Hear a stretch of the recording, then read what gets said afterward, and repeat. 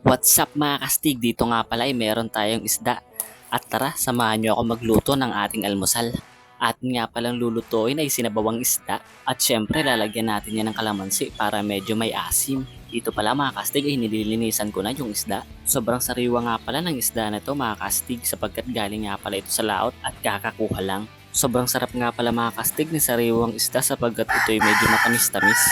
At dito nga rin pala mga kastig ay kumukuha na ako ng malunggay sapagkat idadagdag natin to sa ating sabaw.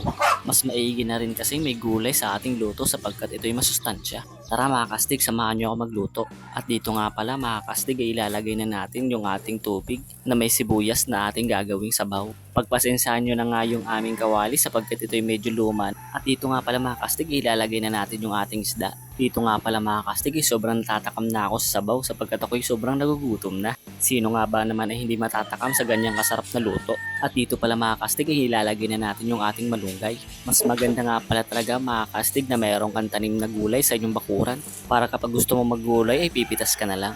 Ganto nga pala sa aming probinsya mga kastig, ang bawat bakuran ay mayroong tanim na gulay. At lahat ng isda dito ay sobrang sariwa, galing pa talaga sa laot, kakakuha lang. Lalo na nga pala mga kastig kapag nakakabisita kami kina lolo, mas marami doon gulay at mga prutas. Sabay inom ka pa ng sabaw ng buko na nyug, abay napakasarap. Kaya nga naman sobrang proud ako na ako ay laking probinsya. Sobrang sariwa kasi ng hangin dito at mga pagkain mga kastig. At syempre nandyan na rin yung magagandang tanawin. Dito nga pala sa amin mga kastig ay kahit konting blessing lang ay sobrang saya na sapagkat para sa amin ito ay sobrang laki na. Simpleng pamumuhay nga lang pala ang meron sa amin dito mga kastig.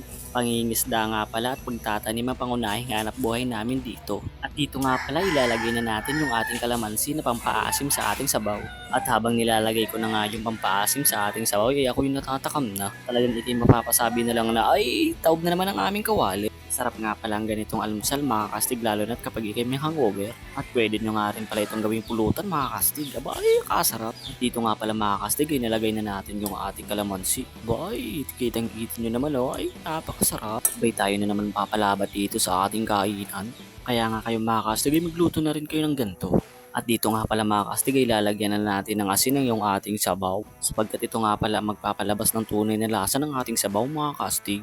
At dito nga pala mga kastig ay minemekos-mekos na natin yan mga kastig. Abay kitang-kita nyo nga rin naman na hindi talaga nadudurog yung isda. Ganyan talaga kapag sariwa. Kahit namin imekos-mekos mo yun hindi yan madudurog.